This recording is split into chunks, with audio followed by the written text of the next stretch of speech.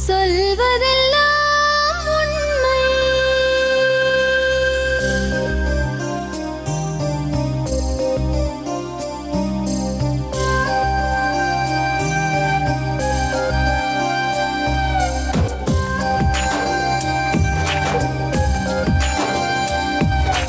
நிழலாய் வழிந்தோடும் ஒரு விழியின் கதையில் மெலிதாய் ஒரு சோகம், அதை அறிவார் எவரோ. பழுதாய் அலைந்தோடும் ஒரு வாழ்க்கை படகை முழுதாய் கரை சேர்க்கும் வழி சொல்வார் எவரோ. சொல்வதெல்லாம் உண்மை.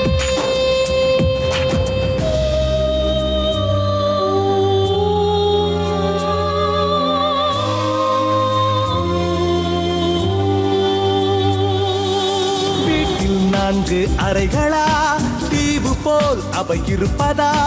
பார்க்கும் பார்வையில் குறைகளா, குமுறல்தான் அவர் மொழிகளா? மோதிக்கொண்டது இரு இனம், நீதியை தேடி அலைந்திடும். பாதிப்பென்ன பலன் என்ன, பேசினால் தெளிவாகலாம். முரண்களை நீக்கி வரங்களாய் மாற்றலாம், நிலை மாறலாம் துளி அன்பிலே. சொல்வதெல்லாம் உண்மை உண்மை. சொல்வதெல்லாம் உண்மை.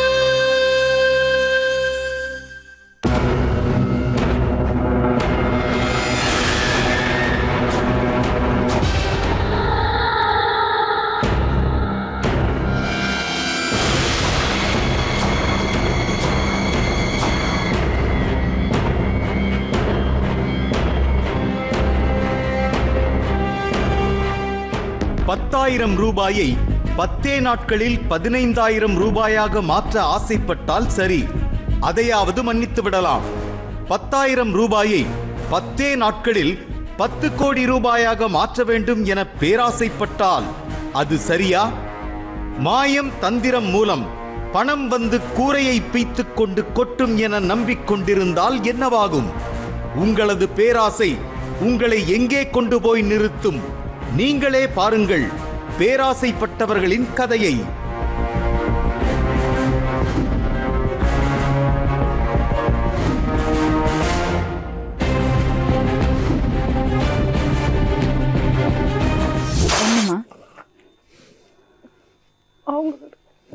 என்னம்மா மேடம், நாங்கள் ஏற்கனவே கொஞ்சம் கஷ்டப்பட்டவங்க மேடம். இந்த மாதிரி நாங்கள் பூ வித்தாத்தான் எங்களுக்கு சாப்பாடேமோ. அன்னன்னைக்கு வியாபாரம் வித்தாத்தே சாப்பிட்டு இருக்கீங்க நீங்கள்? பிறந்த ஊர் அருப்புக்கோட்டை, போய் பிழைக்க போனது தூத்துக்குடிக்கு. ஃபேமிலி எல்லாம் இருக்காங்க? ஆமாம் மேடம், ஹஸ்பண்ட் இருக்கார், பையன் பொண்ணு இருக்குது. ஒரு பையனும் ஒரு பொண்ணு மேடம். பொண்ணு வந்து ஒரு மூளை வளர்ச்சி இல்லாதது, எந்த இதுவுமே அதனால செய்ய முடியாது. வயசு 23 நடக்குது. எந்த இதுவும் அதனால் ஒன்றுமே அதுக்கு எந்த இதுவுமே தெரியாது. மேஜராக ஆயிடுச்சு, ஆனால் அதுக்கு எந்த இதுவும் எல்லாமே நாங்கள் தான் செய்யணும். இப்படி இருந்ததில் கொஞ்சம் இந்த பொண்ணுக்கு முடியாமல் இருந்துச்சுன்னு ஒரு ஜொல்ஸு வாங்கி அடகு வச்சுருந்தேன். அப்போ அது வந்து திருப்பூர் கொஞ்சம் லேட்டாகவும் ஏலத்துக்குன்னு வந்துருச்சு. அப்போ அதை எங்கள் வீட்டுக்காரோட சித்தப்பா இருக்கார், சின்ன மாமனார். அவங்க வந்து இந்த சாத்தூர் பக்கத்தில் மேட்டமலையில் இருக்காங்க. அங்கே அவர்கிட்ட போய் பணம் கேட்கறதுக்காக போனேன். இந்த ஏலத்துக்கு வந்துருச்சு, மாற்றி வைக்கிறதுக்கு கொஞ்சம் உதவி பண்ணுங்க அப்படின்னு கேட்குறதுக்காக நான் போயிருந்தேன். போகையில் அவங்க வச்சு கொடுத்தாங்க. கொடுத்தாங்கன்னா அவங்க என்கிட்ட பணம் கிடையாதும்மா, ஏன்னா வீட்டுக்கு பத்திரம் இருக்குது, நான் வேணால் அடமானம் வச்சு தாரேன் அப்படின்னு சொன்னாங்க. அப்போ இன்னொரு வீட்டுக்கு கூப்பிட்டு போனாங்க. அந்த வீட்டில் அந்த பத்திரத்தை கொடுத்ததுக்கு சரி நீங்கள் போங்க, எங்கள் அண்ணன் வெளியில் போயிருக்காங்க, நாங்கள் வந்து கேட்டு உங்களுக்கு சொல்கிறோம் அப்படின்னு சொல்லிட்டாங்க. வாங்கி வச்சுட்டு திரும்பி வரும்போது எங்கள் மாமனார் வீடு இருந்ததுன்னா அது பக்கத்து வீட்டில் ஒரு பெரிய வீடு ஒரு ஆள் கட்டிக்கிட்டு இருந்தார். அப்போ அவங்க சொல்லுவாங்க, இது நம்மளுக்கு பக்கத்து வீடு தாம்மா, பழக்கப்பட்டவங்க தான், அதனால் அவர்கிட்ட கொடுத்துட்டு வாங்கி தரேன்ட்டு பத்திரத்தை கொடுத்துட்டு அடமானம்னு சொல்லி போட்டு வாங்கி கொடுத்துட்டு ஒரு 60,000 கொடுத்தாரு அந்த ஆள். அதை நான் வாங்கிட்டு வந்துட்டேன். என் ஜொல்ஸையும் திருப்பி மாற்றி வச்சுட்டு நான் உங்களுக்கு 1 மாதத்தில் பத்திரத்தை திருப்பி தரேன்னு சொல்லிட்டு நான் வந்துட்டேன். அப்போ அந்த பக்கத்து இருக்கிறவங்க எனக்கு அப்போல்லாம் இது யாருன்னே தெரியாது. அவங்க மாமா வீட்டுக்கு பக்கத்து வீடு, அவங்க தான் எல்லாமே இது பண்ணாங்க. அப்போ நான் வந்துட்டு மறு மாதம் வட்டி கொடுக்க போனேன் அவங்களுக்கு. அப்போ அந்த ஆள் சொல்லுவார், எம்மா அப்போ அண்ணாச்சின்னு எங்கள் மாமனார் சொல்லுவார், உனக்கு ஒரு அப்பா தான்மா அப்படின்னு சொன்னார். அப்போ அப்படியா சரிப்பா இருந்தாங்கப்பா வட்டின்னு. இல்லைம்மா நீயே பாவம் முடியாத பிள்ளைய வச்சுட்டு கடன் ரொம்ப இருக்குன்னு சொல்லி அழுதுட்டு போனேன் அன்னைக்கு. வட்டி வேண்டாமா, நீ முதல்ல கொடுத்துட்டு உனக்கு பத்திரத்தை வாங்கிக்கோ அப்படின்னு சொல்லி நான் அதோட கொண்டுட்டு நாங்கள் சனிக்கிழமை போனோம் மேடம். ஞாயிற்றுக்கிழமை காலையில் அவரை பார்த்து பேசிட்டு மத்தியானம் 1 மணிக்கு நானும் எங்கள் காயத்ரி போயிட்டு வந்துட்டோம். யார் இவங்க? இவங்க நாங்கள் எல்லாம் ஒரே லைனில் இருக்கோம். சரி. சின்னதுலேருந்தே அருப்புக்கோட்டையில் ஒரே இடத்துல இருக்கோம். அவங்க வேற ஒரு இதாக இருந்தாலும் மைனி நாத்தனா அக்கா தங்கச்சின்னு அப்படி முறை கொண்டாடி நாங்கள் ரொம்ப நாளாக 20 வருஷமாக ஒரு இடத்துல இருக்கோம். அப்படி இதில் என் கூட வாமா துணைக்கின்னு கூட்டிகிட்டு போனேன். அப்போ போயிட்டு 2 பேருமே போயிட்டு பேசிட்டு வந்தோம். அப்போ எங்கள் கைக்கு அந்த ஆள் செலவுக்கெல்லாம் ஆளுக்கு 500 ரூபா கொடுத்தாரு. இவன் ஏற்கனவே கிட்னி இல்லை பார்த்துக்கோங்க. அதை சொல்லிக்கிட்டு அழுதாளா. எனக்கு ஒரு குழந்தை இருக்கு, 2 குழந்தை இருக்கு. எங்கள் வீட்டுக்காரர் விட்டு போயிட்டார் மேடம். நான் இப்போ 13 வருஷமா அருப்புக்கோட்டை ஊரில் முதல்ல ஜவுளிக்கடையில் வேலை பார்த்துக்கிட்டு இருந்தேன். என்னால் முடியல. அதனால் இப்போ வீட்டில் ஒரு கிரைண்டர் வாங்கி போட்டு சின்னதாக மாவரைச்சி நான் விற்றுக்கிட்டு இருக்கேன் மேடம். அப்போ இவங்க கூப்பிட்டாங்க, வாமா போவோம் அப்படின்னு. உங்க கிட்னி என்னாச்சு? கிட்னி வந்து எங்கள் வீட்டுக்காரர் விட்டு போன ஒரு கடனோட போயிட்டார் மேடம். அதனால அந்த கிட்னியை விற்று கடனை கட்டினேன் மேடம்.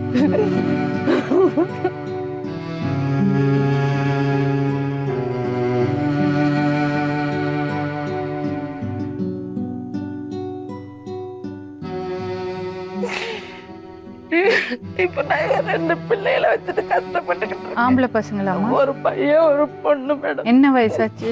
மகன் 7வது படிக்கிறான், மகன் 6வது படிக்கிறான். எனக்கு தாய் தகப்பன் யாருமே கிடையாது மேடம். அப்படி இருந்த இவங்கதான் ஒரு எதா இருந்தாலும் ஆதரவா அப்படி இருந்துகிட்டு இருந்தோம். அப்படின்னு இருந்தோம் மேடம். அப்போ அந்த ஆள் வந்து நாங்கள் சனிக்கிழமை போனோம். ஞாயிற்றுக்கிழமை மத்தியானம் 2 பேரும் பேசிட்டு எங்கள் மாமனார் வீட்டில் சாப்பிட்டுட்டு ஊருக்கு வந்துட்டோம். இங்கே அருப்புக்கோட்டைக்கு வந்துட்டோம். வந்து நைட்டு ஒரு 12:30 மணி இருக்கும் மேடம். திங்கக்கிழமை நைட்டு 12:30 மணி 1 மணி இருக்கும். வீட்டில் வந்து என்ன செஞ்சார் அந்த ஆள், சரிம்மா நான் ஒன்று சொல்லுவேன், நீங்கள் அடக்கு சக்தி இருக்கா அப்படின்னாரு. செத்தாலும் புருஷங்கிட்ட பிள்ளைகிட்ட சொல்லக்கூடாது, இந்த இது உங்கள் சாகிற வரைக்கும் உங்கள் மனசுக்குள்ளே போட்டு பதிச்சுக்கிறணும் அப்படின்னாரு. அப்போ சரிப்பா அப்படின்னு சொல்லவும், சரி உக்காரு, கையை மூடிட்டு ஒரு விரலை காமி அப்படின்னாரு. அப்போ நான் இப்படின்னேன், இந்த விரலை காட்டாத ஆள்காட்டி விரல், வேற விரலை காட்டு பார்த்தவன. அப்போ இப்படின்னேன். சரி சரி எந்திரி, அந்த போர்வை எடு அப்படின்னாரு. சரின்னு சொல்லிட்டு எடுத்து கொடுத்தேன். எடுத்து கொடுக்கவும் உதறு விரிச்சு உதறினாரு. அப்போ சரின்ட்டு உதறி காமிச்சேன். சரி அந்த போர்வை வச்சிரு கையில். இப்போ எந்திரிச்சு அந்த ஆள் வந்து வேட்டிட்டு சாரம் தான் கட்டுறாரு. அந்த சாரத்தை விட்டு இப்படி இப்படின்னு உழுப்பி, சாரத்தை என்ன இருக்கா, ஒன்றும் இல்லை, சரி உட்காரு அப்படின்னு சொல்லிட்டு 10ல் ஒரு நம்பர் சொல்லுங்கன்னா 7, 6, 8 அப்படின்னு ஏதாச்சும் ஒரு நம்பரை சொன்னேன். அப்போ நான் வந்துக்கிட்டு 7 அப்படின்னேன். சரி இப்போ ஒன்றும் இல்லை, அந்த போர்வையை கொண்டாடு, அந்த போர்வையை போட்டு 2 கையை இப்படி உள்ளே கொடுத்துக்கிட்டு 7 சரி அவ கையில் சூடத்தை பொருத்தி வைன்னு சொன்னார். அப்படி உள்ளங்கையில் சூடத்தை 3 சூடத்தை அடுக்க வச்சு பொருத்தி வச்சோம். பொருத்தி வைக்கும். அதை இப்படி வச்சுட்டு எரிஞ்சிட்டு வாயில் போட்டு பண்ணிவிட்டு இப்படின்னு ஒரு குளிக்கிட்டு அது சூடத்தை அப்படி கையில் தூக்கிட்டு, பார்த்தியா சூடம் கரையில், உனக்கு கடைசி வரைக்கும் எனக்கு கஷ்டம் இருக்குது, நீ ரொம்ப நொந்து போயிட்ட, இன்னும் கொஞ்ச நாளையில் கடங்காரால் நீ நீயா உன் சாவை தேடிக்கிறவ அப்படி இப்படின்னு இருந்தாலும் சொன்னார். என்ன வம்பா போச்சு இப்படிலாம் சொல்கிறாரு அப்படின்ட்டு, இப்போ இதுக்கு என்னப்பா செய்ய அப்படின்னா, சரின்னு அந்த பொருள் கையை விட்டுட்டு இப்படி இப்படின்னு சொல்லிட்டு ஒரு பச்சை கலர் டப்பா, சின்ன டப்பா, அதுக்குள்ளே ஒரு மை கணக்க வச்சு இந்த சட்டை பாக்கெட்டில் முன்னாடி வச்சுருக்காரு அந்த ஆள். எங்களுக்கு அந்த உரம் தெரியாது. இந்த குரலி வித்தின்னு சொல்கிறவங்கள அந்த மாதிரி ஏதோ பண்ணுற ஆளுவாள். அப்போ சரின்னு சொல்லவும் சொல்லிகிட்டே வந்து கை பொஸ்ன்னு அந்த போர்வைக்கு மேலே பணம் வந்துருச்சு.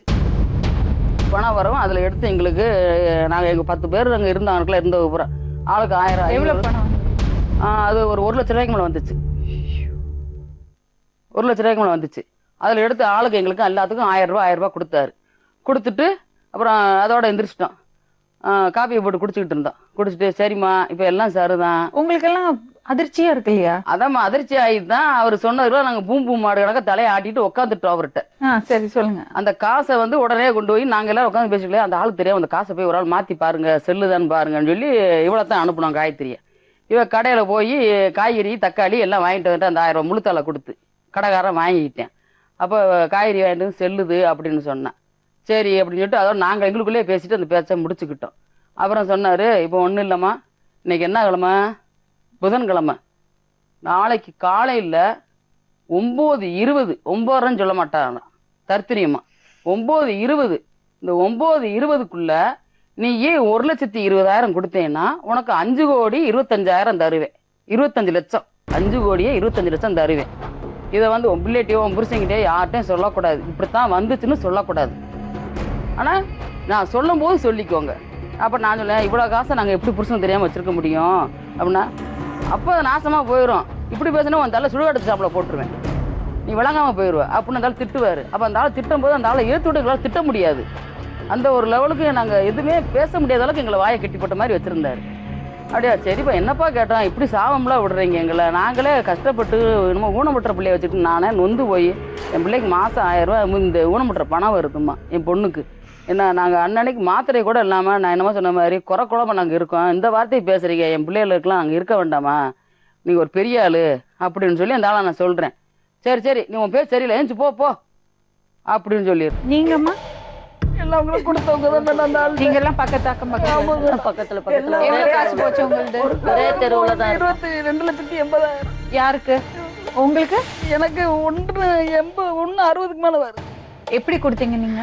கொஞ்சம் கொஞ்சமா தெரியாம அங்கிட்டு கிட்டுமா ஸ்பீட் வட்டிக்கு அதுக்கு இதுக்குன்னு மேடம் அவளுக்கு நாளை கொடுத்துருவேன், நீங்க எடுத்து கொடுத்துருக்கேன்னு இப்ப 2 நாள்ல இப்ப 2 நாள்ல கொடுத்துருவேன். நான் வீடு வட்டிக்கு வாங்கி கொடுத்தீங்க நீங்க? நான் மருமக நகையை வச்சு கொடுத்தேன். நீங்க? நாங்க கடன் வாங்கி ஹவுஸ் ஓனர் எவ்வளவு கொடுத்து? வட்டி கடன் 32,000. நீங்க? நான் 60,000 கொடுத்துருக்கேன். எப்படி கொடுத்தீங்க? இதே தான் ஸ்பீட் வட்டி 2 நாள்ல தாரு.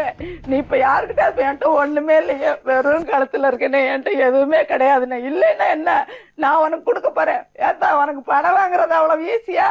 போ அருப்பட்டையில இருக்கையில யாருக்கிட்ட வட்டிக்கு வாங்கு, இந்த கையில வாங்கிட்டா இந்த கையில தாரேன்னு சொன்னோடனே அங்க என் பேர் கொஞ்சம் நல்ல பேரு, ஐயோ பாவம் அந்த பிள்ளை எப்படியாவது கொடுத்துரும், கடையில எங்கிட்ட கடன் கிட்ட வாங்கியாவது கொடுத்துரும் அப்படி நான் ஒரு சீட்டு போட்டிருக்கேன், ஒரு இது லோன் வருது, நான் உங்களுக்கு கொடுத்துறேன் அப்படின்னு சொல்லி போய் சொல்லி வாங்கிட்டு வந்து கொடுத்தேன். சரி, இப்படி காசு இப்படி வாங்கி இப்படி குடுக்கறான்னு நீங்க எல்லாம் எப்படி நம்பினீங்க?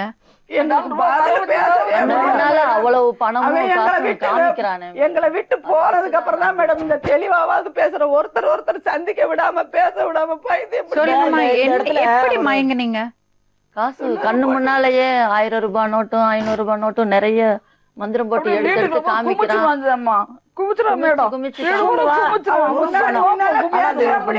பச்சை கலர்ல ஒரு டப்பால மருந்து, இவங்களுக்கு ஒண்ணுமே தெரியல, அவன் சொல்றது மட்டும்தான். சரி, இப்ப எப்படி இதெல்லாம் ஏமாத்தல்னு எப்ப தெரிஞ்சது உங்களுக்கு? நாங்கள் எங்கள் வீட்டு பக்கத்தில் தேட்டரு, நாங்கள் ஒரு படத்துக்கு போயிட்டு வரோம் அப்படின்னு நாங்கள் எல்லாரும் பேசி வச்சுருந்தோம்.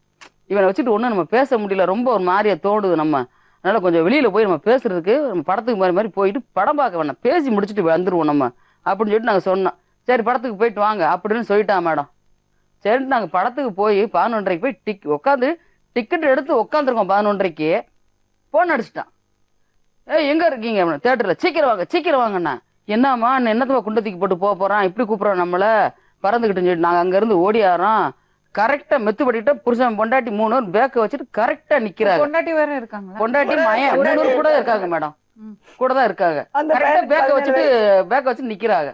அப்போ போனோடனே என்னப்பா, அப்போ நான் என்னமாம்மா என்னப்பா, அவசரமான ஒரு ஃபோன் வந்துருச்சு, செத்து போயிட்டாங்களா யாராமும், அதனால நான் போயிட்டு நாளைக்கு காலையில வந்து 7:20 இந்த உஷாவுக்கு, 8:20 விஜய்க்கு, 9:00 காயத்ரிக்கு, ராஜலட்சுமிக்கு, ஒவ்வொருத்தருக்கு அந்தந்த டயத்தை சொல்லி உங்களுக்கு எல்லாத்துக்கும் நாளைக்கு 1 மணிக்குள்ள எல்லாத்துக்கும் நான் உங்க பீரோல ஓபன் பண்ணி விட்டுருவேன். நீங்க அப்புறம் நீங்களா ராஜாதி கணக்கா வாழுங்க அப்படின்னு பேருக்கு இருக்கு.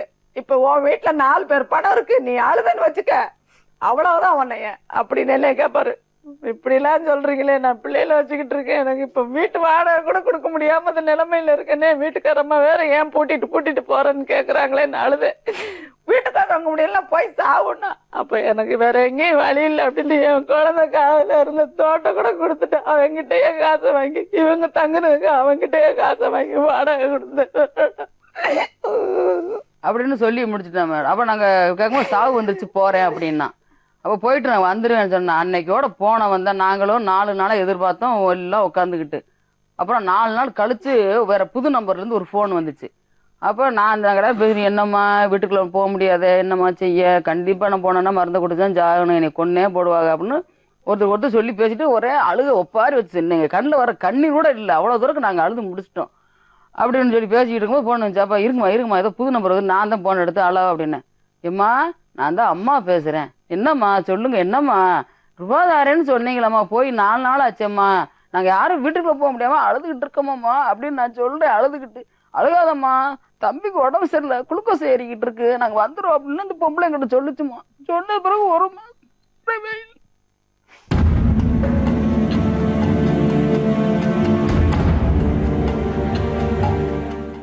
அது கூட அவரை பிடிக்கணும். அவரை பிடிக்கணும்னா அவங்களுக்கு தெரிஞ்சவங்க யாரு, அதுக்குதான் ஏற்பாடு பண்றேன் மேடம். வேற ஒண்ணும் இல்ல மேடம். கொஞ்சம் துப்பு சொல்லுங்க, யார் இருக்கா இதுல வந்து இந்த ஐஸ் பாண்டிங்கிறது வந்து இந்த பாண்டி அந்த சாமியார் பொண்டாட்டி இருக்காளே, அவ கூட பிறந்த அண்ணன் அங்க இருக்கான். அவர் பேர் ஐஸ் பாண்டி. ஐஸ் பாண்டி. அது என்ன ஐஸ் பாண்டி? அது என்ன அந்த ஊர்ல அப்படித்தான் அந்த பேரை சொல்றாங்க. அங்க போய் விசாரிக்க போகும்போதுதான் விசாரிக்க போகும்போதுதான் இந்த மாதிரி ஐஸ் பாண்டின்னு சொல்றாங்களே அப்படின்னா, அது பாண்டிமாவு அண்ணன், அவர் தான் வீட்டுல வந்து லைட் எல்லாம் போட்டு போறாருன்னு சொன்னாங்க மேடம். அவன் வந்து அந்த ஒரு 1.5 கோடிக்கு மேல வீட்டு கட்டி வீட்டு பூட்டு போட்டு வச்சிருக்காங்க. பாலை காய்ச்சிட்டு அப்படியே பூட்டு போட்டு இந்த தொழில் செஞ்சுட்டு ஊரா அலைஞ்சிருக்கான். அந்த வீடு அப்படியே பூட்டி கிடக்குது மேடம். ரெண்டாவது அந்த பந்தா பாண்டின்னு சொல்லி அவன் வந்து அவங்களுக்கு கொஞ்சம் கையால் கணக்கா இருக்கான் மேடம். ஆனா அவனை பிடிச்சமாகும், அவனை பிடிச்சது மாதிரி மேடம். அன்னைக்கு அவன் பஞ்சாயத்துக்கு போயிருந்தோம். அவன் சொல்லுவான் அந்த சாமியாரு, நான் வந்து யாரை நம்பி நான் எங்கேயும் போக மாட்டேன், பந்தா பாண்டி என் மகனை தவிர கார் ஓட்டிக்கிட்டு வர்றதுக்கு நான் வேற யாரையுமே சேர்க்க மாட்டேன். அன்னைக்கு அருப்புக்கோட்டை வரல அந்த பந்தா பாண்டி. பந்தா பாண்டி பந்தா பாண்டினா அந்த மேட்டர்ல அவங்க சொந்தக்காரங்க அங்க பக்கத்துலதான் மேடம் இருக்கு. அவங்களுக்கு ஒரே பையன் தானா? அதாவது உண்மையை சொல்லணும்னா அவன் எங்க கிட்ட சொன்னான், நாங்க மெட்ராஸ்ல இருக்கும்போது எனக்கு 3 பொம்பளை பிள்ளைய ஒரு பையன், என்ன அந்த என் பொண்டாட்டி வந்து என் கூட சேர்ந்து வாழாம இருந்துட்டா, நான் கை குழந்தையோட தூக்கிட்டு ஓடி வந்தேன். வந்த இடத்துல இந்த இப்ப இருக்கிற பொம்பளை வந்து இன்னொருத்தவங்கிட்ட கல்யாணம் பண்ணி இருந்தாலாம், அவ வாழாம இந்த ஆளோட கூட வந்துட்டாலாம், அப்ப இருந்து நான் தான் வச்சு வாழ்ந்துகிட்டு இருக்கேன் அப்படின்னு சொன்னா மேடம். ஏமாந்தது ஏமாந்தாச்சு, ஒரு நல்ல விஷயம் பண்ணிருக்கீங்க, இங்க வந்து உட்காந்து சொல்லியிருக்கீங்க.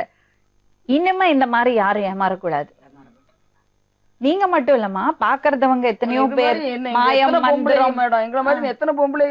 மந்திரம் அது இதுன்னு போய் இருக்கிறது காசெல்லாம் கொண்டு போய் கொடுத்து ஸ்பீடு வட்டிக்கு வாங்கி நகைய வச்சு, மருமக நகைய வச்சு, குழந்தைங்க நகைய வச்சு கொடுத்து இப்படி மாட்டிக்க கூடாது. இந்த மாதிரி மூட நம்பிக்கைகளை, இந்த மாதிரி தேவையில்லாத விஷயங்கள்ல அதுவும் புருஷனுக்கு தெரியாம ஈடுபடவே கூடாது. சரியா? ரிப்போர்ட்டர்ஸ் வருவாங்க கூட, எல்லா உதவியும் பண்ணுங்க, கண்டுபிடிச்சிடலாம். முதல்ல தைரியமா இருங்க, அழறத்தை விடுங்க. சரி, வணக்கம்.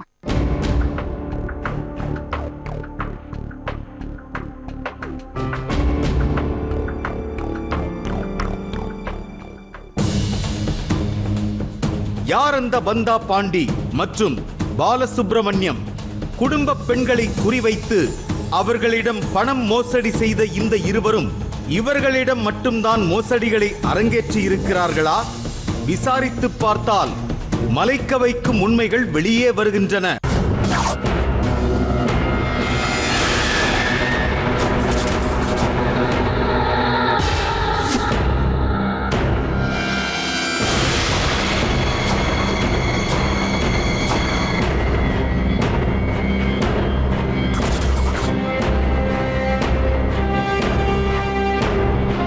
சொல்வதெல்லாம் உண்மை நிகழ்ச்சியில் கலந்து கொண்ட பெண்கள் நம்மிடையே தெரிவித்த தகவல்களை கொண்டு நாம் களத்தில் இறங்கிய போது கிடைத்த தகவல்கள் எல்லாம் அதிர்ச்சி ரகம். இந்த பெண்களை மட்டும்தான் அவர் ஏமாற்றியிருப்பார் என்று நினைத்து போன எங்கள் குழுவினருக்கு அதிர்ச்சி மேல் அதிர்ச்சி.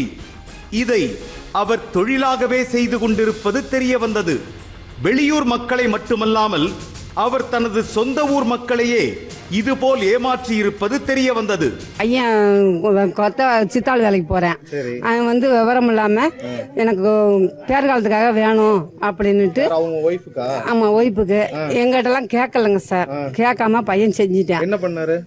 பத்திரத்தை அடமானம் வச்சுட்டேன். எவ்வளவுக்கு வச்சிருக்கீங்க? 1 லட்சம் ரூபாய்க்கு வச்சிருக்கேன். சரி. நாங்க ரூபாயை கொடுத்து கேக்குறோம், ஆள் இல்ல. ஆள் இல்ல. ஆமா. இப்ப எவ்வளவு நாள் ஆச்சுமா இது நடந்து? அது வந்து நாங்க வச்சது 2 மாசம் ஆச்சு. இவங்க போய் 3 மாசம் ஆச்சு.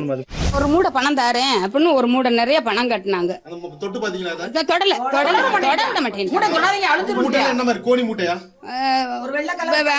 சாக்கு பை தான், சல்லடை பை மாதிரி. சாக்கு பை கணக்கு. ஆமா, சல்லடை பை ஒரு மூடை இருந்துச்சு. என்னை கூப்பிட்டு வந்து காட்டினாப்புல. அப்புறம் போட்டு நகை ஒரு தூக்கல் நிறைய போட்டு இந்த பாருமா உனக்கு அப்படின்னு சொன்னாப்புல. நான் உள்ளேயே வரல. அதுக்கு எவ்வளவு பணம் கட்டினீங்க நீங்க? மொத்தம் 93,000 கட்டி. 93,000 கட்டினீங்க. அதுக்கப்புறம் வந்து உங்களை எல்லாம் வெளியே போக சொல்லிட்டு பீரோல பணம் ஏத்துறேன் அப்படின்னு சொல்லி பணம் ஏத்துனாரு. ஆமா. ஏத்திட்டு எத்தனை நாள் கழிச்சு திறக்க சொல்லி திறந்து? எத்தனை நாள்? 27 நாள் ஆச்சு. முடிஞ்சது 40 ரூபாய்க்கு மேல போயிருச்சு. அதான் 27 நாளா நீங்க இந்த ரூம்குள்ளே வரல. அதை பூட்டு போட்டாச்சு. அந்த இதை பூட்டு போட்டாச்சு. பூட்டி சாவி எடுத்துட்டு போயிட்டேன். அதுக்கப்புறம் வந்து நீங்க எப்ப சந்தேகப்பட்டீங்க? நான் அந்த ஜனவரி 1ஆம் தேதி எதுக்கும் திறந்து பார்ப்போம். இவட்ட தானே சாதியை கொடுத்துட்டு போனாங்க. இங்க வா சாதியை கொண்டாந்து சொல்லி திறந்து இவதான் வந்து திறந்து காட்டு சொன்னான். சரி திறந்து காட்டுனா வெறும் விரல் கடன் இருந்துச்சு. அதாவது இவங்கனால இப்ப இவ்வளவு 50,000 ரொட்டேஷன் பண்ண முடியுது. இதை தாண்டி அவங்க வந்து வட்டிக்கு வாங்கக்கூடிய சூழ்நிலைக்கு அவர் தள்ளுறாரு. ஏன் அந்த மாதிரி தள்ளுறாரு அப்படின்னா, அவங்க வந்து அடுத்து வந்து என்னன்னா வட்டிக்காரன் விரட்ட ஆரம்பிச்சிருவான். வட்டிக்காரன் விரட்டி அவங்கள அந்த டார்ச்சர்ல இருப்பாங்க. நம்மளோட டைவர்ட் பண்றாரு. இதுதான் வந்து அங்க இதான் அவரோட ஃபார்முலா. இதை தான் நான் வந்து மேட்டமலையில் போய் அவர் வீட்டுக்கிட்ட நான் விசாரித்தேன். நான் விசாரித்தப்போ அவங்க வீட்டுக்கு வந்து பக்கத்தில் வந்து பார்த்தேன் அவங்க சித்தி அவங்க கிட்ட 5 லட்ச ரூபா வாங்கியிருக்காப்புல. அதே மாதிரி சிவகாசியில் வந்து கம்பவுண்டராக ஒருத்தர் மாறி பண்ண வேலை பார்க்குறாரு. அவர்கிட்ட 10 லட்ச ரூபா வாங்கியிருக்காப்புல. அதே மாதிரி அந்த ஏரியாவில் ஒரு 2-3 பேரை வந்து அவர் எப்போதுமே இருக்க வைக்கிறார். வேலைக்கு போவேணாம், உங்களுக்கு இன்னைக்கு என்ன உனக்கு சம்பளமோ அந்த சம்பளத்தை நானே கொடுக்குறேன் அப்படின்னு சொல்லி அந்த ஏரியாவுக்குள்ளே நிறைய பேரை டெவலப் பண்ணி வச்சிருக்காரு. என்ன ஒரு இன்ஃபர்மேஷன் எது நடந்தாலும் அவருக்கு உடனே அங்கே போயிடும், தகவல் போயிடும். இதுக்கு வந்து இதில் வந்து அவங்களுக்கு பந்தா பாண்டின்னு ஒரு ஆளு, ஒருத்தன் இருக்கான், அவனும் பேர் பாண்டி. இவங்க 2 பேரும் அண்ணன் தம்பி. 1 லட்சம் கொடுத்தா 1 கோடி தாரேன் அப்படின்னு கேட்டு வீட்டில் வந்து வாங்கினாரு. அவர் பையன் பொண்டாட்டி வீட்டில் வந்து வாங்கி டீ எல்லாம் சாப்பிட்டாங்க. ஒரு ரூமுக்குள்ளே போய் நீங்கள் வெளியில் போயிருங்க, பீரோலுக்குள்ளே உள்ள பணத்தை நாங்கள் மூடி வச்சுட்டு போயிடுவோம், சாவியும் நாங்கள் கொண்டு போயிடுவேன். 2 மாதம் கழிச்சு வந்து உங்களுக்கு 1 லட்சம் 1 கோடி அப்படின்னா 4.5 லட்சத்துக்கு உங்களுக்கு 5 கோடி நான் தர்றேன் அப்படின்னு உள்ள மையெல்லாம் வச்சு எங்களுக்கெல்லாம் மை மந்திரத்தால் இது பண்ணி வச்சுட்டு வந்துட்டார் சார். 1 லட்ச ரூபா கட்டுன்னு சொன்னாங்க. 1 லட்ச ரூபா கட்டினது சரி இன்னொரு 3 நாளில் வந்துட்டு போ அப்படின்னாரு. 3 நாள் கழிச்சு போனேன். எனக்கு உன் பேருக்கு நிறையா ரூபா வந்துருச்சு, இன்னும் அந்த வாங்கினா இல்லாட்டா இன்னொரு ஆள் சேர்த்தா தான் ரூபா வாங்குவேன், இன்னும் எவ்வளோண்ணே வேணும் அப்படின்னு. இன்னும் எனக்கு 85,000 கொண்டு வா அப்படின்னாங்க. நான் எந்தையாவது இப்போலாம் 85,000 கடன் வாங்கி கொடுத்தேன். அதுக்குள்ளே எனக்கு யாரும் செத்து போனாங்க, நான் நீர்மலை எடுத்துட்டேன், அதெல்லாம் நீ வாங்க முடியாதுமா அப்படின்ட்டாரு. இப்போ என் பேரில் வந்து இப்போ 6 லட்ச ரூபா வருது, அவர் ரூபா எல்லாம் சேர்த்தா. என்ன ஆனால் ரொம்ப 3 மாதமே எங்களை பைத்தியம் பிடிச்ச மாதிரி தான் அலைஞ்சோம். நாங்கள் பணத்தையும் கொடுத்துட்டு பூரா நான் வட்டிக்கு வாங்கி தான் கொடுத்தேன். என் கை காசு கிடையாது, பூரா வட்டிக்கு வாங்கி தான் கொடுத்தேன். இன்னும் நான் வட்டி கட்டிக்கிட்டு தான் இருக்கேன். 1 லட்சம் கொடுத்தா 1 கோடி தரேன் கொடுத்து 4.5. ஆமாம் 4.20 வாங்கிட்டாரு. 4.20. 4,20,000 ரூபா. எப்படி அந்த காசு எப்படி வாங்கி கொடுத்தீங்க? கடன் தான் வாங்கி கொடுத்தோம். கடனை கட்டிட்டீங்களா? எவ்வளவு நாள் ஆச்சு இப்போ நடந்து? இப்போ 4 மாதம் ஆகுது. 4 மாசம் தான் ஆகுது. 4 மாதம் வட்டி தான் கட்டிக்கிட்டு இருக்கேன். வட்டி தான் கட்டிட்டு இருக்கீங்க. 25,000 கொடுங்க, நான் ஒரு 2 லட்சம் தரேன், 2 கோடி தரேன்னு சொல்லி ஏமாத்தினா சார். வாங்கிட்டு அதோட ஒரு 4 மாதம் இருந்தார் சார். அப்புறம் ஆள் தீபாவளியோட எஸ்கேப் ஆகிட்டார். 15 நாளில் தரேன்னார் சார். 15 நாள்ல? ஆமாம், பக்கத்து வீட்டுக்காரங்க வந்திருந்தாங்க. அந்த மணிக்கு வரவன் அப்படியே போயிட்டார் சார். இந்த உங்கள் மாதிரி இந்த சீட்டுக்கிட்ட போட்டு மிச்சம் வச்சுருந்து கொடுக்குறது சார். இந்த தாரேன், எதுக்கு நீங்கள் கஷ்டப்படுறீங்க அப்படின்னு சொல்லி சொன்னார் சார். அந்த மணிக்கு இருந்தாங்கன்னு கொடுத்தேன் சார். அதோட போயிட்டார் சார். வீட்டு 10 ரூபா அத்தை வாங்கிட்டு போயிட்டேன் கொடுக்கணும். எனக்கு ஒத்த பொம்பளை பிள்ளை அது இல்லை. அந்த 3 பிள்ளைங்க இருக்கு, சின்ன சின்ன பிள்ளைங்க, பேரம்பேத்தியை தான் வச்சு வளர்க்குறேன். யாருமே இல்லை. எங்க அத்தை மையனே எங்க மாமா மையன் நான் வந்து இருக்கேன். அதையும் பிடிங்கிட்டு போயிட்டேன், உயிரை பிடுங்கணும் பிடிங்கிட்டு போயிட்டேன். அதை மட்டும் எனக்கு வாங்கி கொடுத்தாங்க, எனக்கு எதுவுமே வேண்டாம். பாம்பேக்கு உனக்கு ஹிந்தி நல்லா தெரியல, பாம்பே கூட்டு போறேன். ஒரு 50 நாளையில உனக்கு 50 நாள்ல 7 வீடு என்ன நான் இந்த இதுல திருச்சிலி ரோட்ல பார்த்து வச்சிருக்கேன். இங்க அற்பட்ட ஊர்ல உனக்கு எனக்கு ரேஷன் கார்டே கிடையாது. நானே ரேஷன் கார்டு இல்லாம அனாதை மாதிரி நிக்கிறேன். நீ எனக்கு வீடு வாங்கி என்ன செய்யுது? அதெல்லாம் உனக்கு தேவையா? ரேஷன் கார்டு வாங்கி கொடுக்கறது ஏன் பொறுப்பு இல்ல? ஒரு நிமிஷம் வர வைக்கட்டுமா? நானு இப்ப ரேஷன் கார்டு வர வைக்கட்டுமா? உங்க வீட்டுக்காரர் உனக்கு பணம் கொடுத்து 22 நாள்ல வர வச்சு 2 மணி நேரத்துல நிப்பாட்டுறேன் கூட்டிட்டு வந்து அப்படின்னு சொன்னான் சார். ஏதோ இப்போதுதான் ஏமாற்ற ஆரம்பித்திருப்பார்கள் என்றுதான் நினைத்தோம். ஆனால் இவர் கிட்டத்தட்ட 30 வருடங்களுக்கும் மேலாக இந்த மோசடியில் பாலசுப்ரமணியனும் அவரது ஆட்களும் ஈடுபட்டு வருகிறார்கள் என்கிற உண்மை அங்கு போன பிறகுதான் தெரிந்தது. யார் அந்த பாலசுப்ரமணியன்? அவர் எந்தெந்த ஊர்களிலெல்லாம் ஏமாற்றினார்? அவர் வந்துட்டு 1984 வந்து அவர் மேல வந்து மக்களை ஏமாத்தினதாக கோயில்பட்டி கிழக்கு காவல் நிலையத்தில் வழக்கு இருக்கு. 30 வருஷத்துக்கு மேல தொடர்ந்து ஒரே வேலையை செஞ்சுட்டு இருக்காரு. இன்னமும் ஏமாந்துக்கிட்டு இருக்காங்க. போன மாசம் கூட ஏமாந்துருக்காங்க. இன்னைக்கும் தமிழ்நாட்டில் ஏதோ ஒரு பகுதியில் ஏமாத்திட்டு இருக்காரு அவர். அவரை பார்க்கறவங்க இனிமேல் வந்து அவர்கிட்ட ஏமாறக்கூடாது. ஊர் மக்களை சொல்வதெல்லாம் உண்மை சந்தித்த போது அவர்கள் எல்லோரும் சுட்டிக்காட்டிய ஒரே பெயர் பந்தா பாண்டி. அவன் இருக்கிற இடம் சார் அவங்க சொந்த பந்தத்துக்கு எல்லாத்துக்கும் தெரியும். ஆனா இதுல சம்பந்தப்பட்ட வந்து பந்தா பாண்டி, ஐஸ் பாண்டி. மிக நீண்ட தேடுதல் வேட்டைக்கு பிறகு பந்தா பாண்டி நம்மிடம் சிக்கிக் கொண்டார். உஷாராக ஊருக்கு வெளியே சந்திக்க ஒத்துக்கொண்டார். அதன்படியே சுங்க கட்டண சாலை அருகே காத்திருந்தது நமது குழு. சொல்லியபடியே நம்மை சந்தித்த பந்தா பாண்டி பாலசுப்ரமணியம் பற்றி பிடிகொடுக்காமல் பேசினார். ஒரு கட்டத்தில் தனக்கும் அவருக்கும் சம்பந்தமே இல்லை என்று கூறினார். ஆனால் அவர் பாலசுப்ரமணியத்தின் அன்றாட நடவடிக்கைகள் அத்தனையையும் விரல் நுனியில் தெரிந்து வைத்திருக்கிறார் என்பதை அவருடைய பேச்சிலிருந்தே தெரிந்து கொண்டோம். தெரியவே தெரியாது என்று மறுத்த பந்தா பாண்டி பாலசுப்ரமணி பற்றி என்னவெல்லாம் சொல்கிறார் என்று நீங்களே பாருங்கள். அவர் வந்து என்ன பண்றாருன்னா, இங்க இருந்து போனவொடனே அருப்புக்கோட்டையில சிம் வாங்கிட்டாங்க. இந்த சிம்மை க்ளோஸ் பண்ணிட்டு அருப்புக்கோட்டை சிம்ல இருந்து அவங்க வீடு பார்த்து கொடுத்துட்டாங்க. எந்த சோழியும் செய்யக்கூடாது. ஏன்னா கண்ணு இது ஆபரேஷன், அவருடைய உடம்பு நல்லா சுகர் பிரஷரு அந்தது. ஆனால் இனிமே இந்த சோழியும் செய்ய மாட்டாங்க. தனக்கும் பாலசுப்ரமணியத்திற்கும் எந்த தொடர்பும் இல்லை என்று பந்தா பாண்டி மறுத்து நம்மிடமிருந்து தப்பித்துக் கொண்டாலும் ஊர் மக்களிடம் சிக்கிக் கொண்டார். நம்மிடம் ஊருக்கு நான் வரவில்லை, நீங்களே போய்கொள்ளுங்கள் என்று சுங்க கட்டண சாலை அருகே சொல்லிவிட்டு ஒதுங்கினார் பந்தா பாண்டி. ஆனால் நாம் என்ன செய்கிறோம் என நோட்டம் விடுவதற்காக வந்தவர் மக்களிடம் மாட்டிக்கொண்டார். மக்கள் கேட்கிற கேள்விகளுக்கு அவரால் பதில் சொல்ல முடிகிறதா?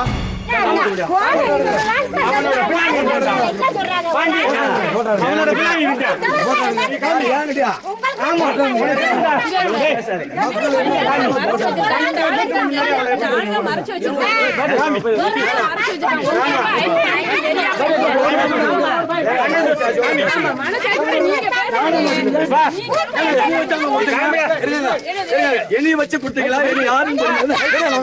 என்னை யாருன்னு உங்களுக்கு தெரியுமா? என்ன யாருன்னு உங்களுக்கு தெரியுமா? அந்த பிள்ளை பேட்டி நீ பேசுங்க. உங்களை என்ன யாருன்னு உங்களுக்கு தெரியுமா? வீடு இருக்கும் போது நீங்க கொண்டு போய் உங்க ஊர்ல 1.5 மாசத்துக்கு வீடு முடிச்சு கொடுத்துட்டு அந்த வச்சு போட சமையல் பண்ணி நாங்க அதுக்கு நீ ஒத்தாளிச்சியா? அதுக்கு நீ ஒத்தாளிச்சியா? அங்கதானே வந்து சொல்றாங்க. யார் சொன்னா? இவங்க அப்ப அவனுக்கு பின்னாடி நீ இருந்த. அவனுக்கு பின்னாடி இருந்த. அதான் ஒரு ஆளு இருந்தாங்க சொல்றாங்க.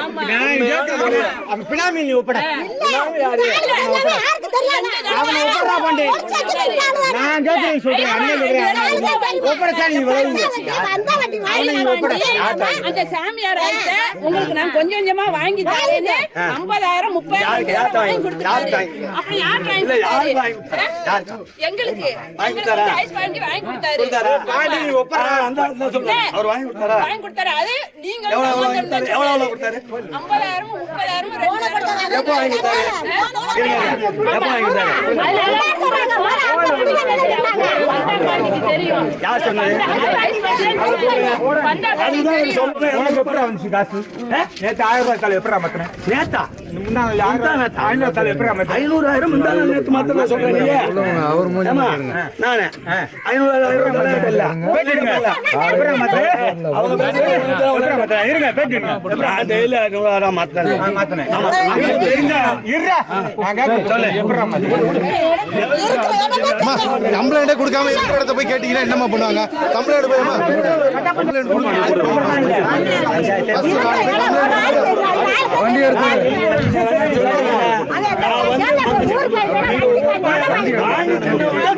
உன்னை என்ன ஆரம்பத்திலேயே மதுரை ஸ்டேஷன்லயே உன்னை அன்னைக்கே சத்தம் போட்டு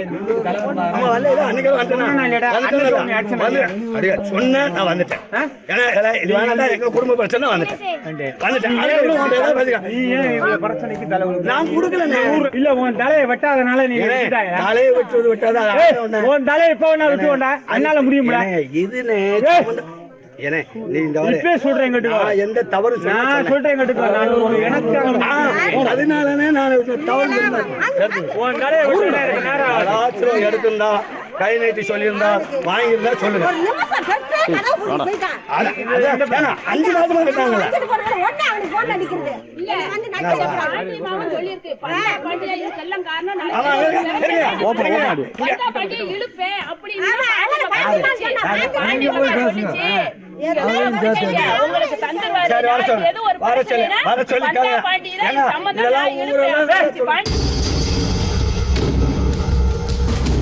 பந்தா பாண்டிதான் காரணம் என்று மக்கள் சொன்னதை இங்கு நாங்கள் பதிவு செய்து விட்டோம்.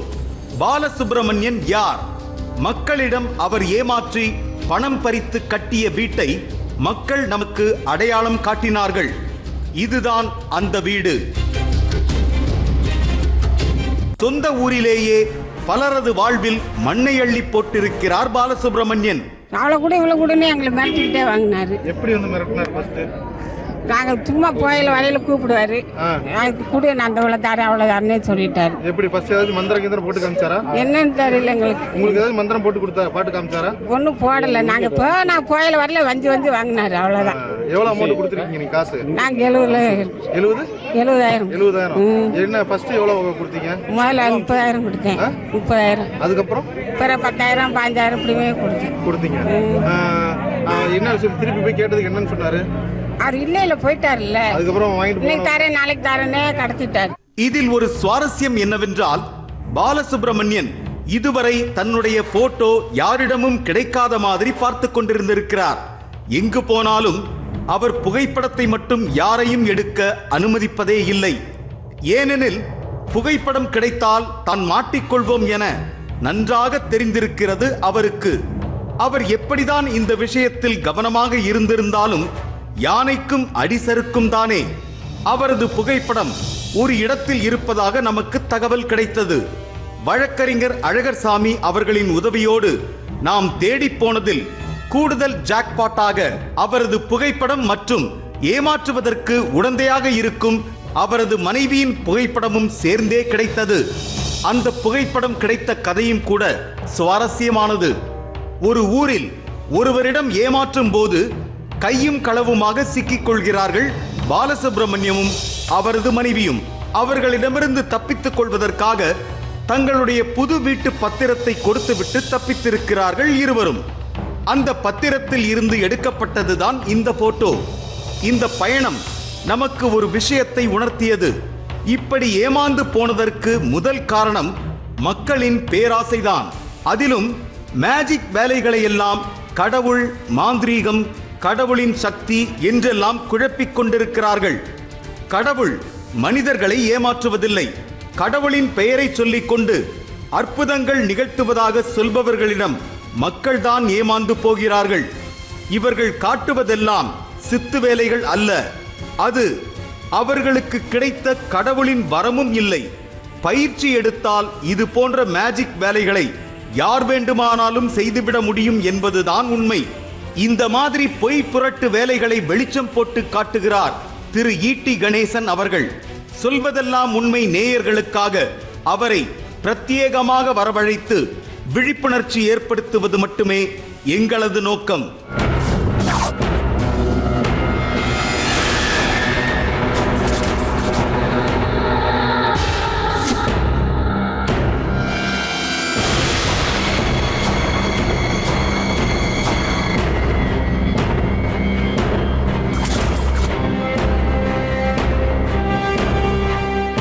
இன்றைக்கு நாட்டில் இருக்கக்கூடிய உழைக்கின்ற மக்கள், அறியாத மக்கள்கிட்ட இன்றைக்கி சாமியார்கள், மந்திரவாதிகள் எடுத்துக்கிட்டாலே புற்றீசல் போல வந்து கொண்டு இருக்கிறார்கள்.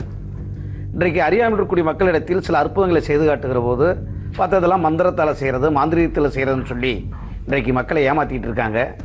இன்றைக்கி குறிப்பாக பார்த்தீங்கன்னா ஒரு மந்திரவாதிகள் எடுத்துகிட்டு இப்படி வெறுங்கையை காட்டி பார்த்தா கைப்பிடிமா பார்த்தா வெறுங்கையிலேருந்து இப்படி பார்த்தீங்கன்னா விபூதி கொடுத்துக்கிட்டு இருக்காங்க. இப்படி வெறுங்கையை காட்டி விபூதி கொடுக்குறப்ப ஏதோ ஒரு சக்தி இருக்குன்னு சொல்லித்தேன் இன்றைக்கு மக்கள்லாம் நம்ம சாமியாரை நோக்கி வந்துக்கிட்டு இருக்காங்க. இப்போ வந்தோன்னா உங்களுக்கு வந்து வெறுங்கையை காட்டணுன்னா அப்படி விபூதி வச்சு காட்டினேன். பார்த்தா நீங்கள் ஆச்சரியப்பட்டிருப்பீங்க, இப்படி வெறுங்கையிலேருந்து விபூதி வந்துச்சுன்னா.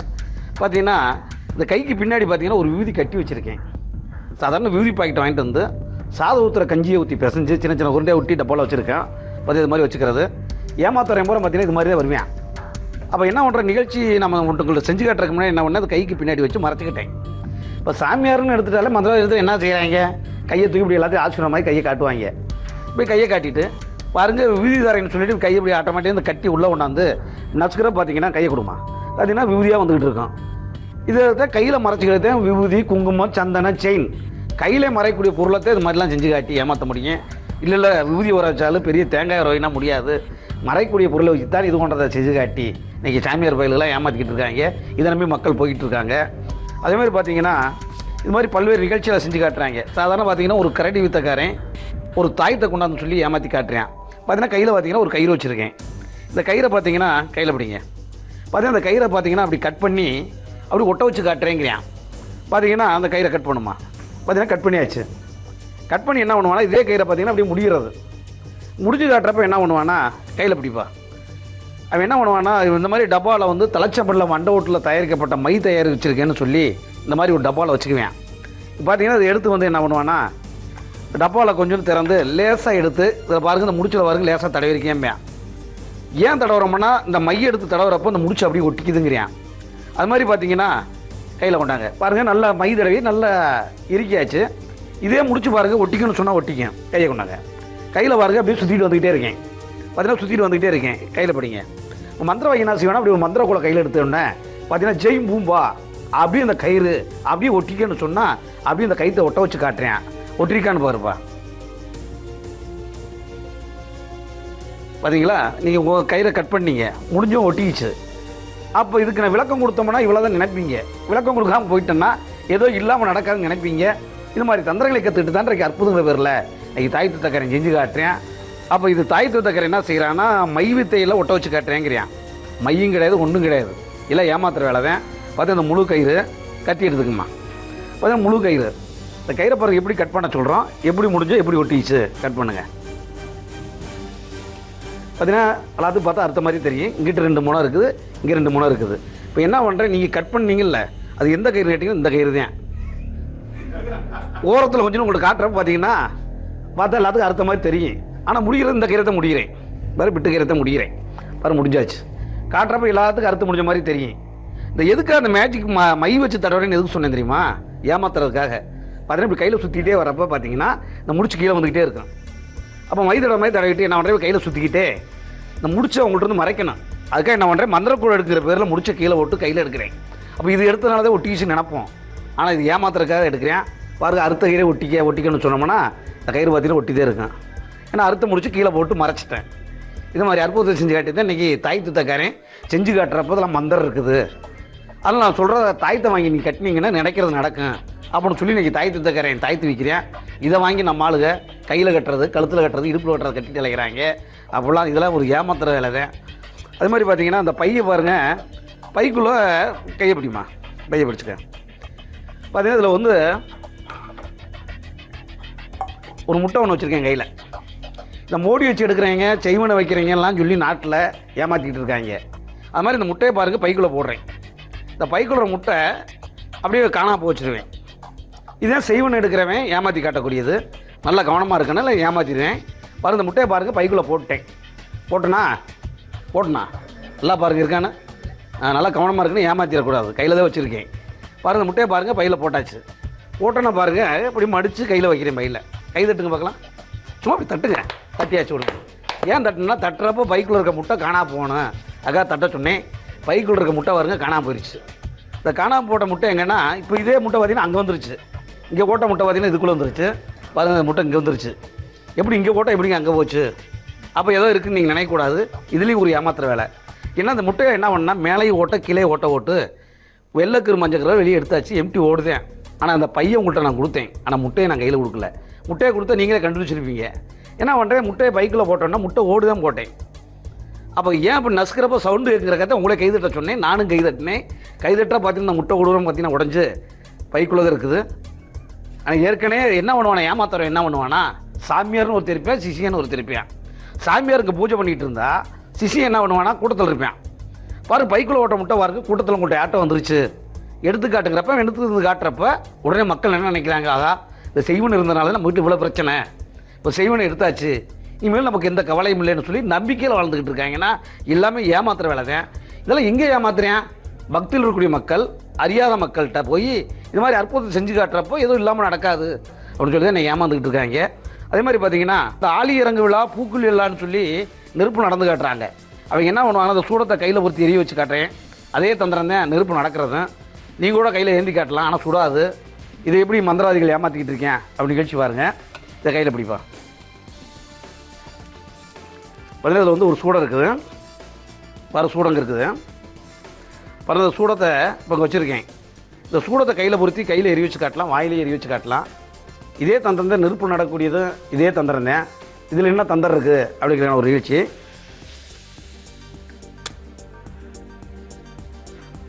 பாரு சூடம் எரிஞ்சிட்டே இருக்குது. இதெல்லாம் மந்திரம் இல்லை, எல்லாம் தந்திரமேன்னு சொல்லி இந்த சூடத்தை கையில் எடுத்து இப்படி எரி வச்சு காட்டலாம், ஆனால் கை சுடாது. அதே சூடத்தை பாரு இப்படி கையில் எரி வச்சு காட்டலாம், ஆனால் சுடாது. இதே சூடத்தை பாரு இப்படி கையில் எரி வச்சு காட்டலாம். இதே சூடத்தை பாருங்க வாயில் வச்சு அமிச்சாச்சு. இப்போ கை புண்ணாகுமா வாய் புண்ணாகுமானா ஆகாது. ஒரு சூடம்னா இப்படி எல்லா சூடத்தையும் ஏந்த முடியாது. சூடத்தில் 2 வகை சொல்கிறேன். ஒன்று சாதா சூடம், இன்னொன்று பச்சை கற்பூரம். இன்றைக்கி பச்சை கற்பூரங்க தான் மார்க்கெட்டுக்கு வந்துக்கிட்டு இருக்குது, சாதா சூடம்லாம் வரதில்லை. இப்போ பச்சை கற்பூரம் எப்படிங்க ஆய்வு பண்ணுறது அப்படிலாம் ஒன்றும் யோசிக்க வேண்டியதில்லை. பார்த்தீங்கன்னா இந்த மாதிரி கெட்டியாக இருக்கிறது பூரா பச்சை கற்பூரம் பேர். இப்போ தீங்கிறது மேல் நோக்கி எரியுது. மேல் நோக்கி எரியிறப்போ அடியில் சுடுறப்போ உணர்றேன், இதுக்கு மேலே கையில் இருந்தால் கை சுடும் அப்படி இருக்கப்போ இந்த கைக்கு மாற்றிட்டேன். அப்படி இந்த கையில் எரிஞ்சிக்கிட்டு இருக்குது, அடியில் சுடுறப்போ உணர்றேன், இதுக்கு மேலே கையில் இருந்தால் புண்ணாயிரும்ட்டு மாற்றி மாற்றி காட்டிகிட்டு இருக்கேன். அடுத்து வாயில் போட்டோன்னே கொஞ்ச நேரம் தான் காட்டினேன். இன்னும் கொஞ்ச நேரம் காட்டு நீங்கள் சொல்லியிருந்தீங்கன்னா மீன் குழம்பும் சாப்பிட முடியாது, மட்டன் குழம்பும் சாப்பிட முடியாது, வாய் வெந்துடும். அப்போ வாயை மூடுறப்ப காட்டு இல்லைங்கிறப்ப அமைஞ்சிருது. இதே தான் நெருப்பு நடக்கிறது அதே மாதிரி தான். நெருப்பில் வந்து சாம்பல் பூக்கக்கூடாது. சாம்பல் பூத்தா இருந்தால் சுடும். ஆக சாம்பல் பூக்காமல் இருக்கிறதுக்காக அப்படி விசிறிக்கிட்டு இருப்பாங்க. அப்போ அக்னி கட்டுன்னு நேரத்தை ஒதுக்கி அந்த நேரத்தில் ஒரு 500 பக்தர்கள் நிற்க வச்சு நடக்க விடுவாங்க. அப்போ எப்படி இந்த கைக்கு மாத்திரம் டைமிங் நேரம் இருக்குது பார்த்தியா, அதே மாதிரி நெருப்பில் முதல் காலை எடுத்து வைக்கிறப்ப இந்த காலை சூடிடுறதுக்குள்ளே இந்த காலை வச்சிடணும், இந்த காலை சூடிடுறதுக்குள்ளே இந்த காலை வச்சிடணும். வச்சு மாற்றி போயிட்டே இருக்கலாம், ஆனால் கால் சுண்ணாகாது. சில பேர் நெருப்பு வைக்கிற பையில் பயந்த சுவாத்தில் சாம்பலை வச்சுட்டு ஓட்டிடுவாங்க. பார்த்தா என் காலு பூரா புண்ணாயிரும். உடனே சாமியார் என்ன பண்ணுறேன், உங்கள் வீட்டில் சுத்தம் இல்லடா, இதனால தான் உங்கள் காலு புண்ணாயிருச்சு, 48 நாளைக்கு தொடர்ந்து நீ விரதம் இருக்கணும், நான் கொடுக்குறதெல்லாம் கேட்கணும்னு சொல்லிட்டு இன்றைக்கி மக்களை இந்த மாதிரி அற்புதங்கள் செஞ்சு காட்டி ஏமாற்றிக்கிட்டு இருக்கேன். அப்போ இந்த நிகழ்ச்சியின் மூலமாக நீங்கள் மந்திரவாதி சாமியார்களிடத்திலே அற்புதங்களை செய்து காட்டுகிற போது இதெல்லாம் மந்திரம் கிடையாது, எல்லாம் தந்திரமே என்பதை நீங்கள் உணர வேண்டும் என்பதற்காகத்தான் சொல்வதெல்லாம் உண்மை நிகழ்ச்சியின் மூலமாக இது மாதிரி விழிப்புணர்வு பிரச்சாரத்தை உங்கள் முன்னாடி செய்து காட்டினோம். இதை யாரையும் புண்படுத்துவதற்கல்ல, உங்களை பண்படுத்துவதற்கு என்று சொல்லி உங்கள் அனைவருக்கும் நன்றி கூறி நிகழ்ச்சியை முடிக்கின்றேன். நன்றி, வணக்கம். இந்த பகுதிகளில் தான் சுற்றி அலைந்து கொண்டிருக்கிறார் பாலசுப்ரமணியன். ஏமாந்த சிலருடன் நடந்த வாக்குவாதத்தில் பாலசுப்ரமணியனின் மகன் தாக்கப்பட்டிருக்கிறார். அது நாள் முதல் பாலசுப்ரமணியன் மற்றும் அவரது மனைவி மகன் ஆகியோர் காரில் தான் சுற்றி அலைந்து கொண்டிருக்கிறார்கள் என தெரிய வந்திருக்கிறது. கோவில்பட்டி, சாத்தூர், அருப்புக்கோட்டை, விருதுநகர், திருத்தங்கல், ஆரணி போன்ற இடங்களில் இந்த குழு கைவரிசை காட்டியதால் மாட்டிக்கொண்டு அங்கிருந்து தப்பித்திருப்பதாக தெரிய வந்திருக்கிறது.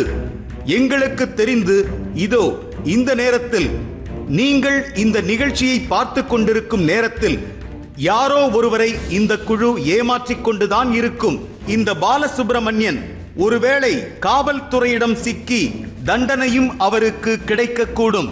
ஆனால் நெஞ்சை தொட்டு சொல்லுங்கள், பாலசுப்ரமணியன் மற்றும் அவருக்கு உதவி செய்யும் பந்தா பாண்டி போன்றவர்கள் மட்டும்தான் இந்த விஷயத்தில் குற்றவாளிகள். நாமெல்லாம் குற்றவாளிகள் இல்லையா? குறுக்கு வழியில் பணம் சம்பாதிக்க நினைக்கும் நாமும் ஒரு வகையில் குற்றவாளிகள்தான்.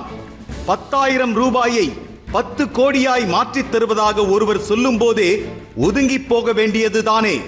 பேராசை பெரு நஷ்டம் என பெரியவர்கள் எவ்வளவுதான் சொன்னாலும் மக்களும் திருந்திய பாடில்லைதானே. மக்கள் விழிப்புணர்வோடு இருக்க வேண்டும். அப்போதுதான் புற்றீசல் போல முளைத்து வரும் இது போன்ற ஏமாற்றுக்காரர்களும் காணாமல் போவார்கள். எனவே தயவு செய்து இந்த புகைப்படத்தில் காணும் நபர்களை பற்றி தகவல் தெரிந்தால் உடனடியாக அருகில் இருக்கும் காவல் நிலையத்திற்கு தகவல் தெரிவித்து உதவுங்கள். இன்னும் நிறைய மக்கள் ஏமாற்றப்படுவதிலிருந்து காப்பதற்கு உங்களது தகவல் உதவக்கூடும். உழைப்பை ஊக்குவிப்போம், பேராசையை தவிர்ப்போம். ஏமாற்றாதே, ஏமாறாதே என்கிற விஷயங்களை மனதில் நினைப்போம்.